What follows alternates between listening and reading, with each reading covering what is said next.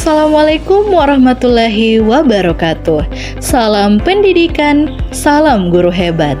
Perkenalkan, nama saya Inayatul Huda, mahasiswa PPG calon guru gelombang 2 tahun 2024 di Universitas Islam Makassar.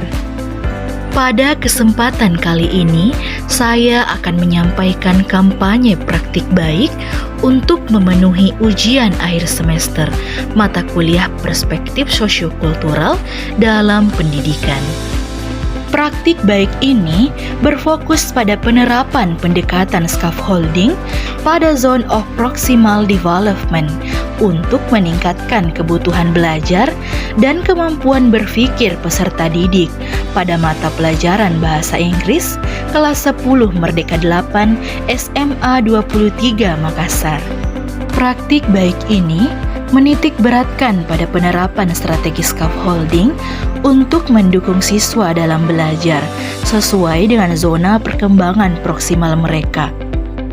Zone of Proximal Development or ZPD atau zona perkembangan proksimal adalah jarak antara kemampuan aktual individu dalam mengerjakan suatu tugas atau masalah secara mandiri dengan potensi kemampuan individu ketika bekerja sama dengan teman atau rekan yang lebih mampu atau bimbingan dari guru untuk menyelesaikan suatu tugas atau masalah. Menurut Lev Vygotsky, ZPD adalah jarak antara tingkat perkembangan aktual yang ditunjukkan oleh kemampuan individu untuk menyelesaikan tugas secara mandiri dengan tingkat perkembangan potensial yang dapat dicapai melalui bimbingan dari orang yang lebih ahli atau kerjasama dengan teman sebaya. Scaffolding sendiri adalah strategi pembelajaran di mana guru atau pihak lain memberikan bantuan sementara kepada peserta didik untuk membantu mereka memahami konsep atau menyelesaikan tugas yang berada di luar kemampuan mereka saat ini. Bantuan ini diberikan secara bertahap dan disesuaikan dengan kebutuhan peserta didik, sehingga mereka dapat mencapai tujuan pembelajaran dengan lebih mandiri. Bantuan sementara yang diberikan hanya selama siswa membutuhkannya. Seiring waktu, bantuan akan dikurangi seiring meningkatnya kompetensi peserta didik. Scaffolding dirancang untuk membantu peserta didik dalam wilayah di mana mereka hampir mampu belajar atau melakukan sesuatu, tetapi membutuhkan sedikit bantuan untuk berhasil. Tujuan dari scaffolding ini yaitu membantu peserta didik mengatasi kesulitan awal dalam pembelajaran, mendorong kemandirian dalam belajar, memperkuat pemahaman dan keterampilan secara bertahap, membantu peserta didik mengembangkan rasa percaya diri dalam kemampuan mereka sendiri. Intervensi ini melibatkan beberapa langkah. Yang pertama, mengidentifikasi ZPD pada peserta didik.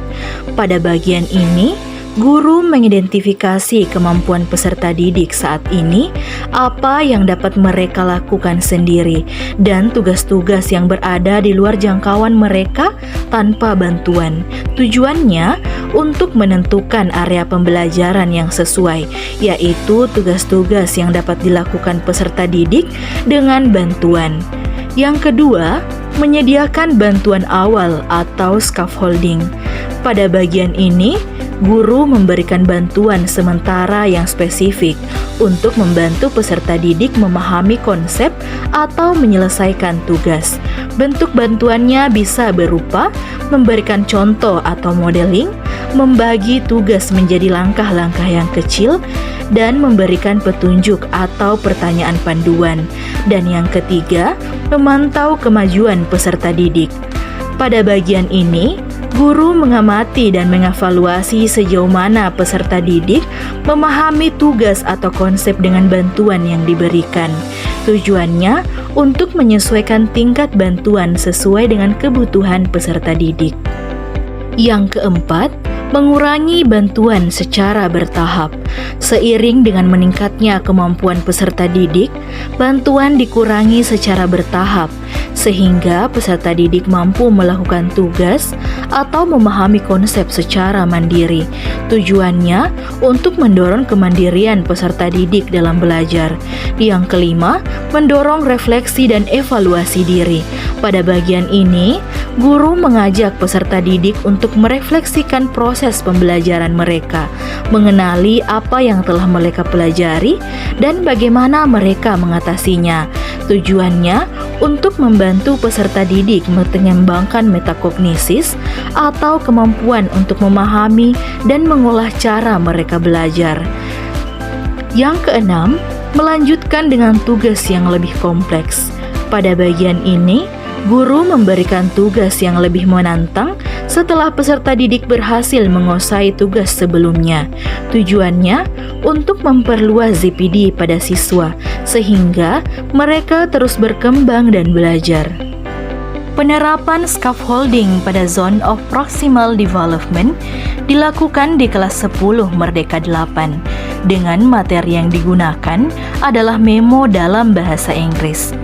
Model pembelajaran yang digunakan yaitu model pembelajaran berbasis masalah atau problem-based learning, di mana peserta didik diminta untuk menyelesaikan sebuah masalah berdasarkan skenario yang diberikan. Pada kegiatan pendahuluan, dimulai dengan memberikan pertanyaan pemantik untuk mengetahui pengetahuan awal peserta didik mengenai materi yang akan dipelajari. Kegiatan diawali dengan guru memberikan bantuan dengan menjelaskan kepada seluruh peserta didik mengenai materi yang sedang dipelajari. Selanjutnya, kegiatan inti. Guru memulai kegiatan dengan mengenalkan sebuah masalah yang berkaitan dengan tujuan pembelajaran, yaitu membuat memo. Masalah ini menjadi dasar pembelajaran agar peserta didik memahami tujuan materi. Kemudian, guru membagi peserta didik ke dalam kelompok berdasarkan tingkat pemahaman mereka. Dalam setiap kelompok, ada peserta didik yang sudah memahami materi dan peserta didik yang belum memahami materi. Hal ini dilakukan agar peserta didik dapat saling membantu dalam belajar. Setelah itu, guru meminta peserta didik untuk membaca dan mengidentifikasi bagian-bagian penting dari memo yang sudah diberikan.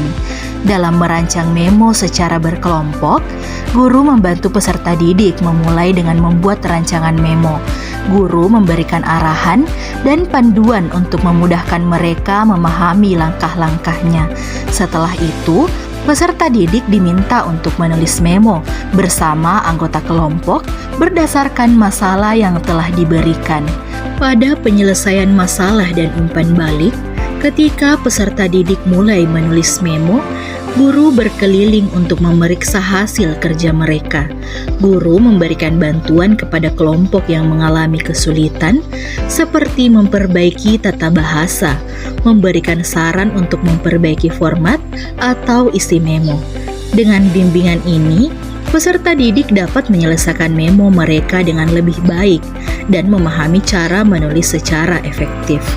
Penyusunan memo secara bertahap seperti ini membantu peserta didik belajar sambil bekerja sama dan memperbaiki kemampuan mereka. Pada evaluasi dan umpan balik, guru meminta setiap kelompok untuk menunjukkan memo yang sudah mereka buat di depan kelas. Setelah presentasi, guru memberikan umpan balik yang positif tentang bagian-bagian memo yang sudah baik. Selain itu, guru juga menjelaskan kesalahan yang sering terjadi, seperti penggunaan kata kerja yang kurang tepat, format memo yang belum sesuai, atau pesan yang kurang jelas. Peserta didik kemudian diminta untuk memperbaiki memo mereka berdasarkan masukan dari guru dan teman-teman di kelas, agar hasilnya menjadi lebih baik dan sesuai dengan tujuan pembelajaran. Hasil yang dicapai dari penerapan scaffolding pada Zone of Proximal Development. Yang pertama, meningkatkan pemahaman konsep. Dengan dukungan bertahap dari guru, peserta didik mampu memahami konsep yang sebelumnya sulit dipahami. Penerapan scaffolding membantu menjembatani kesenjangan antara apa yang peserta didik ketahui dan apa yang mereka perlu pelajari. Yang kedua, meningkatkan kepercayaan diri. Dengan bimbingan yang sesuai dengan kebutuhan, peserta didik merasa lebih percaya diri saat menghadapi tantangan baru. Kesuksesan dalam menyelesaikan tugas menunjukkan bahwa mereka mampu belajar dan berkembang. Yang ketiga, kemandirian belajar. Setelah mendapatkan bimbingan yang cukup, peserta didik secara bertahap dapat menyelesaikan tugas atau memecahkan masalah tanpa bantuan. Ini menunjukkan bahwa mereka telah melampaui ZPD mereka dan belajar secara mandiri. Yang keempat, pengembangan keterampilan pemecahan masalah. Dengan bantuan guru yang memberikan pertanyaan panduan, peserta didik lebih terlatih dan menganalisis masalah, merancang solusi, dan mengambil langkah-langkah yang sesuai dan menyelesaikan tugas. Dan yang kelima, meningkatkan kemampuan kolaborasi. Ketika bekerja dengan kelompok atau dengan teman sebaya, peserta didik belajar berbagai ide, memberikan dukungan, dan saling membantu. Ini memperkuat kemampuan kolaboratif dan menyelesaikan tugas bersama.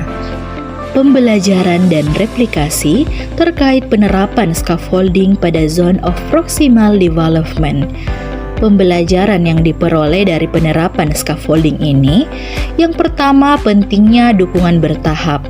Pembelajaran menunjukkan bahwa dukungan harus diberikan secara bertahap, dimulai dari bimbingan penuh sehingga peserta didik mampu bekerja secara mandiri. Hal ini mempercepat proses belajar peserta didik dalam mencapai potensi maksimal mereka. Yang kedua, peran guru sebagai fasilitator. Guru memainkan peran penting sebagai pemberi scaffolding. Guru harus memahami kebutuhan peserta didik dan memberikan bantuan sesuai dengan tingkat kesulitan yang dihadapi. Yang ketiga, kolaborasi yang efektif.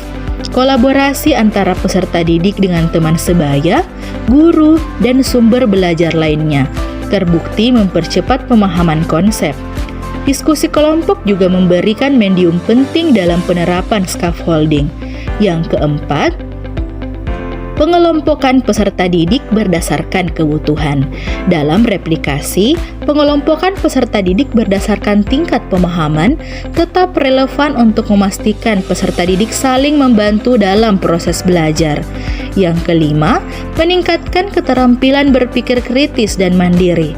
Dengan bantuan scaffolding, peserta didik dilatih untuk menganalisis, mengevaluasi, dan menyelesaikan masalah dengan cara yang lebih sistematis. Yang keenam, pentingnya umpan balik konstruktif. Umpan balik yang diberikan secara langsung dan spesifik mendorong peserta didik untuk memperbaiki kesalahan dan meningkatkan hasil kerja mereka. Baiklah, itulah tadi pemaparan dari saya. Saya berharap melalui praktik baik ini dapat menjadi pertimbangan untuk menerapkan strategi scaffolding dalam zona perkembangan peserta didik. Kurang dan lebihnya mohon dimaafkan. Wassalamualaikum warahmatullahi wabarakatuh.